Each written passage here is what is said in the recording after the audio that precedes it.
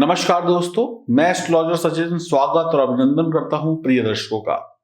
ग्रहों के राजा सूर्यदेव अपनी नीच राशि तुला में गोचर करने जा रहे हैं, जहां पर सूर्यदेव अगले 1 महीने तक गोचर करेंगे। आप पर, आपकी राशि पर इस गोचर का क्या प्रभाव होगा? सूर्य नीच राशि में जाएंगे तो अच्छा परिणाम प्राप्त नहीं होगा, ये बात तो स्पष्ट दिखाई पड़ रही है। लेकिन शनि द्वारा नीच भंग राजयोग का निर्माण भी होगा, यानी राजयोग भी बनेगा। 18 अक्टूबर से 16 नवंबर तक सूर्य का नीच राशि में प्रवेश, कोई भी ग्रह जब भी अपनी नीच राशि में जाता है तो बहुत अच्छे परिणाम नहीं देता है। ध्यान से देखिए इस कुंडली को। शनि जो है वो 10वें स्थान पर बैठे हुए हैं और सूर्य जो है वो 7वें स्थान पर बैठे हुए हैं, यानी कि शनि की 10वीं दृष्टि जो है वो सूर्य पर पड़ रही है, तो नीच भंग राजयोग का निर्माण होगा। शनि मकर राशि में होंगे, शनि की 10वीं दृष्टि सूर्य पर होगी। इसका अर्थ हुआ शनि द्वारा नीच भंग राजयोग का निर्माण करना। इसका अर्थ हुआ सूर्य अब नीच का प्रभाव नहीं देंगे, नीच भंग राजयोग के परिणाम देखने को कम मिलेंगे। अधिकतर मामलों में सफलता प्राप्त होती हुई दिखाई देगी सभी राशि वालों को।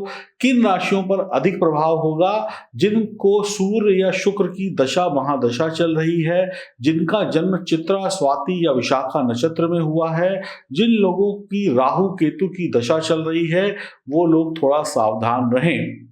वीडियो में उपाय भी बताऊंगा। नीच भंग राजयोग यानी पहले परेशानी, उसके बाद उस परेशानी का अंत होना, यानी पहले दुख बाद में सुख का मिलना, यानी पहले नीचता होगी फिर वो भंग हो जाएगा। सूर्य राजा हैं, शुक्र जो है विलासिता है। अगर कोई राजा विलासिता के चक्कर में पड़ जाए या विलासिता में डूब जाए तो अपना राजकाज चौपट कर बैठता है। इसीलिए सूर्य तुला राशि में नीच के होते हैं। तो ये एक जानकारी थी जो आप समझ गए। अब जानेंगे आपकी राशि पर इसका क्या प्रभाव पड़ने वाला है। और आगे आने वाली है दीपावली। क्या इस दीपावली में सूर्य देव की कृपा से काम बनेंगे या नहीं बनेंगे? क्या उपाय करने चाहिए? आइए विस्तार पूर्वक जानते हैं। ये जानकारी चंद्र राशि और नाम राशि पर आधारित होगी। तो मकर राशि वालों के लिए स्थिति बहुत बेहतर नहीं है इस परिवर्तन से, क्योंकि शनि और सूर्य दोनों में अच्छी दोस्ती नहीं है। और आपकी राशि के लिए ये जो परिवर्तन हो रहा है वो 10वें भाव में हो रहा है, और 10वां भाव है कर्म का भाव। और आपकी राशि के लिए सूर्य अष्टम भाव के स्वामी है, तो अष्टम भाव को भी जन्म कुंडली में शुभ नहीं माना जाता है। तो यहाँ पर चिंताएं बढ़ती हुई नजर आ रही हैं और अष्टम भाव के परिणाम आपको प्रभावित करेंगे। काम खराब हो सकता है, साढ़े साथी की वजह से परेशानियां बढ़ सकती हैं। कुछ लोग नौकरी को छोड़कर व्यापार की तरफ जा सकते हैं। मुकदमेबाजी घोटालों में फंसकर मान सम्मान की हानि हो सकती है। गलत रास्तों पर चलकर कानूनी शिकंजा आपके ऊपर कसा जा सकता है। काम काज को लेकर बदलाव होता रहेगा। बड़ा परिवर्तन का योग है, यह योग 50-50 रहेगा। अगर आप सोच विचार कर कोई कार्य करेंगे तो शायद आपको अच्छे परिणाम मिल जाएं। तो मकर राशि वालों के लिए इस समय अगर सावधानी नहीं बरती गई तो भयंकर परिणाम देखने को मिल सकते हैं। आपके लिए यह गोचर मिला जुला परिणाम लेकर आएगा। कभी धूप कभी छांव वाली स्थिति रहेगी। आप इस समय संपत्ति में निवेश कर सकते हैं। इस समय आप पैतृक संपत्ति प्राप्त करने में आपको थोड़ी सहूलियत मिल सकती है।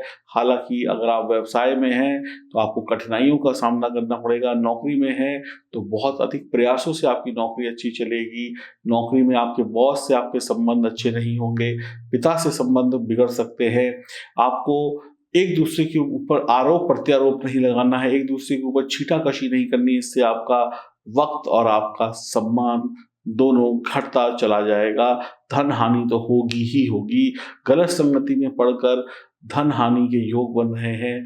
पिता के स्वास्थ्य का बहुत ध्यान रखना होगा। इस समय में आप या आपके पिता को कोई बीमारी हो सकती है। सरकारी क्षेत्र से जुड़े हुए जो भी लोग हैं उनको इस समय में अपनी नौकरी में नुकसान उठाना पड़ सकता है। सरकारी नौकरी की तैयारी कर रहे लोगों को भी हानि होने की संभावनाएं बनी हुई हैं।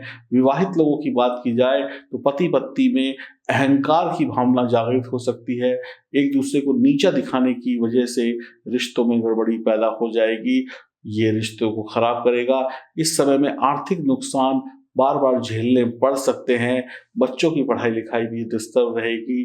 तो कुल मिलाकर आपके लिए यह गोचर संभल कर चलने का है। अगर आप संभले नहीं तो जरूर फिसलेंगे, और फिसलेंगे तो चोट भी लगेगी, और चोट लगेगी तो दर्द होगा और खर्चे बढ़ेंगे और आर्थिक नुकसान भी होगा। तो जो लोग नौकरी को छोड़कर व्यापार में जा रहे हैं या व्यापार को छोड़कर नौकरी में जा रहे हैं, कृपया करके हर दांव पेच, हर परिस्थिति को समझ लीजिएगा, क्योंकि एक बड़ा परिवर्तन आपके जीवन में शुभ भी हो सकता है और अशुभ भी हो सकता है। तो बड़ी सावधानी के साथ मकर राशि वाले सूर्य के इस गोचर को निभाएं, नहीं तो ये दीपावली कहीं आपके लिए हानिकारक साबित ना हो, क्योंकि आपकी गलतियां आपके ऊपर भारी पड़ सकती हैं। और अगर जन्म कुंडली में ग्रहों की स्थिति खराब है तो आपको अत्यधिक सावधान रहने की आवश्यकता होगी। और कुछ लोग गलत उपाय या गलत रथ धारण करके भी इस समय में परेशान हो सकते हैं। तो खुद को बचाइए, उपाय करिए, भगवान सूर्य का स्मरण करिए, अपने पिता की सेवा करिए और अपने आप को सही बनाए रखने के लिए हर प्रयास करिए, ताकि आपसे किसी भी प्रकार की कोई गलती ना हो। आप बस इतना सोचकर चलिए कि ये वक्त बहुत नाजुक है, जरा सी गलती करने पर भी बड़ा नुकसान हो सकता है। नमस्कार। क्या इस दीपावली आप ओरिजिनल साक्षात माँ लक्ष्मी का पूजन करके अपने घर में खुशियां लाना चाहते हैं? क्या आप परेशान हैं?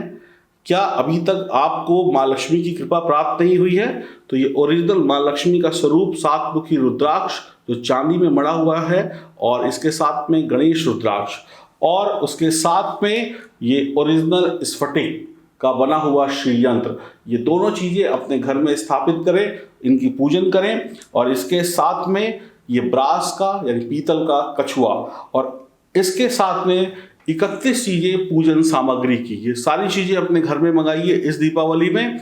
और यकीन मानिए अब तक के जीवन की ये सबसे शानदार दीपावली होगी ओरिजिनल गणेश लक्ष्मी के साथ। L55 लिखकर व्हाट्सएप करें, जल्दी ऑर्डर करेंगे तो वक्त से चीजें आपके घर पहुंच जाएंगी।